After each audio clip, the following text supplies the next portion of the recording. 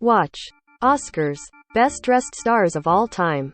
Somewhere between the mushroom-induced almost orgy on Yellowjackets, 2 Peloton-aided deaths on different shows and the latest drug party on Euphoria, we had an epiphany. There's not enough fluff on TV these days.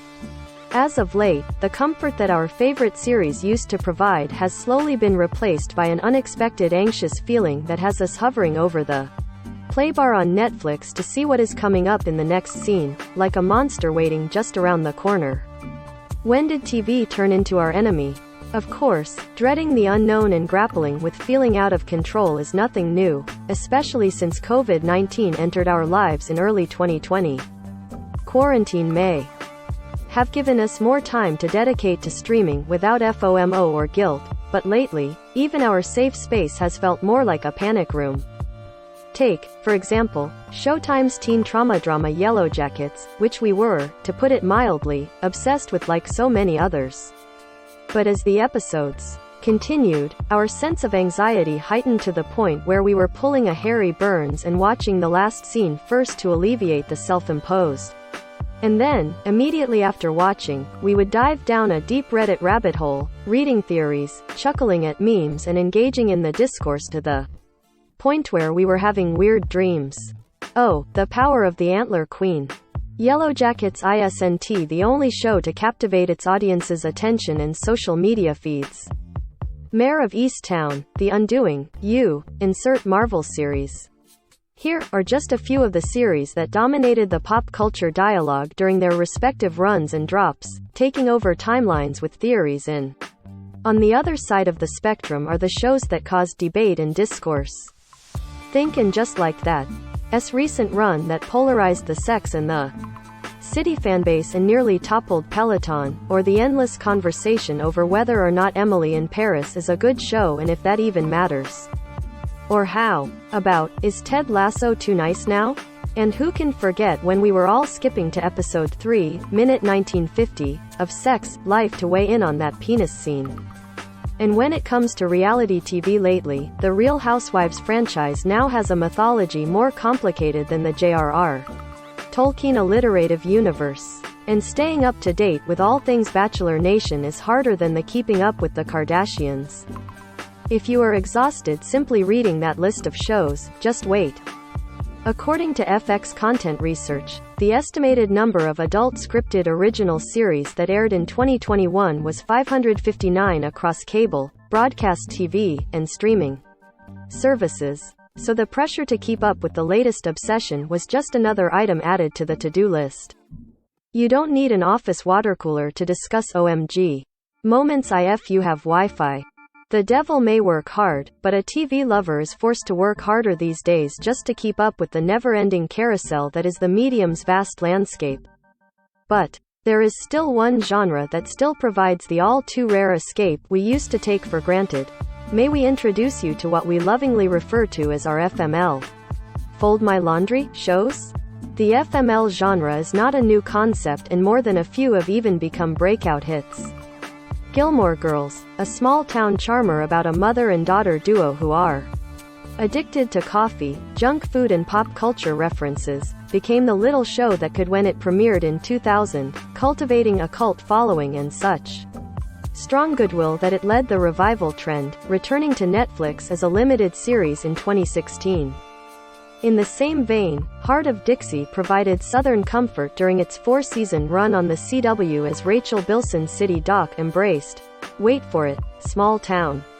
Both shows have sustained a following even long after they ended, thanks to streaming, with fans often returning to them whether out of nostalgia or pure exhaustion from the bevy of options currently being presented.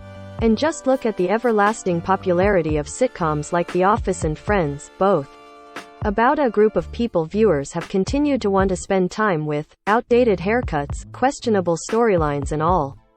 Hey, no one ever said comfort. Food is to always be good for you. The common denominator among all of these shows? A sense of community, something we all have lost in one way or another in the pandemic. A morning sipping coffee and Central Perk with Ross, Rachel and the rest of the friends filled the gap left by the loss of a morning run to your go-to cafe. Watching Mel flirt With Jack over drinks on Virgin River caused the blush you missed from bantering with a cute bartender. A night spent drinking margaritas with the main triune Sweet Magnolias helped alleviate the loss of a happy hour hang with your best friend. Even in this digital age, sometimes, you just want to go where everybody knows your name, not your social media handle, which is what most of these shows provide. In-person connection and relationships.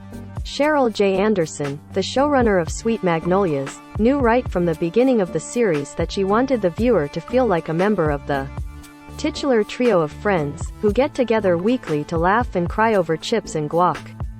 I told Norman Buckley, our producing director, at the very beginning that at Margarita Night I wanted the camera to be the fourth Magnolia, Anderson told E! News in a recent phone interview. And we actually do some of that in other scenes where the camera lingers on somebody even when someone else is. Though they largely focus on tight-knit communities and friendships, it doesn't mean FML shows don't have stakes, cliffhangers or address serious issues. Ginny. Romantic interests. While Virgin River and Sweet Magnolias have both had main characters struggle with infertility. But the difference between them and the prestige drama of the moment is that the tension is often much more grounded and relatable.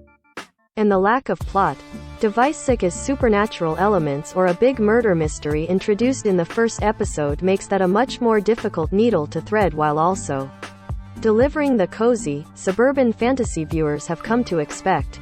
It's really hard because there are characters that we don't get to see every episode that we could write an entire episode about, Anderson explained of establishing the right tone of spectacle and small-town reverie. I hope that part of the coziness is that they are reminding you of people you care about and everybody who is watching is seeing situations and people that they recognize and care about or maybe that they had wished has happened differently. There's that aspect of wish fulfillment. The other interesting commonality between these series is that while they often find themselves among the highest rated, Sweet Magnolias has held the #1 spot on Netflix's top 10 list since its second season dropped on February 4th, and Virgin River was the fourth most watched streaming show of 2021, according to Nielsen. And Hallmark Channel's When Calls the Heart just had its biggest audience. 8 years in, they rarely dominate the pop culture conversation in the same way Bridgerton, Squid Game or even Ted Lasso, which is basically an FML show wearing a mustache, have. But there's something to be said for a show that you can spend time with while doing something else. Getting your kids ready for school, cleaning your house or yes, even scrolling on Instagram, and not feel FOMO. Or that you have to do homework after an episode ends to figure out what the hell you just watched.